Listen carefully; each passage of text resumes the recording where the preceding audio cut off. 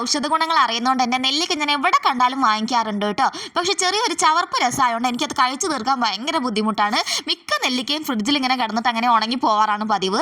ഇത്തവണ ഞാൻ കുറച്ച് നെല്ലിക്ക വാങ്ങിച്ചിട്ടുണ്ടായിരുന്നു. അപ്പോൾ എന്തായാലും തേൻ നെല്ലിക്ക ഉണ്ടാക്കാമെന്ന് വിചാരിച്ചു. ആദ്യം നമ്മൾ നെല്ലിക്കൊക്കെ ഒന്ന് കഴുകി വൃത്തിയാക്കി എടുക്കുക. അതിനുശേഷം നമുക്കത് ഒരു ഇഡ്ഡലി ചെമ്പിൽ ഇങ്ങനെ നിരത്തി വെച്ച് കൊടുത്തിട്ട് ചെറുതായിട്ടൊന്ന് ആവി കയറ്റി എടുക്കണം കേട്ടോ. ഒന്ന് അടച്ച് വെച്ച് ആവി കയറ്റി എടുക്കാവുന്നതാണ്. ആ സമയം കൊണ്ട് തന്നെ നമുക്ക് കുറച്ച് ശർക്കര ഒന്ന് മെൽറ്റ് ചെയ്തെടുക്കണം.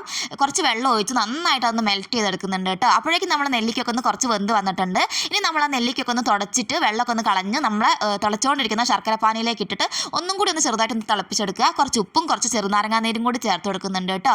അതിനുശേഷം ചെറുതായിട്ടൊന്ന് തിളച്ച് വന്നിട്ട് ചൂടൊക്കെ ആറിയതിന് ശേഷം നമ്മളൊരു കുപ്പിയൊക്കെ നന്നായിട്ട് വെയിലത്ത് വെച്ച് ഉണക്കി അതിലേക്ക് നമ്മൾ നെല്ലിക്കേൻ്റെ അത് ഒഴിച്ചു കൊടുക്കാവുന്നതാണ്. കുറച്ച് തേനും കൂടി വേണമെങ്കിൽ ചേർത്ത് കൊടുക്കുക കേട്ടോ. കുട്ടികൾക്കൊക്കെ ഭയങ്കര നല്ലതാണ് കേട്ടോ. അവർക്കൊക്കെ എന്തായാലും ഇഷ്ടമാവും. അപ്പോൾ എല്ലാവരും ഉണ്ടാക്കി നോക്കുക. വീഡിയോ ഇഷ്ടമാവുകയാണെങ്കിൽ ലൈക്ക് ചെയ്യുക, ഷെയർ ചെയ്യുക, ചാനലൊന്ന് സബ്സ്ക്രൈബ് ചെയ്യുക.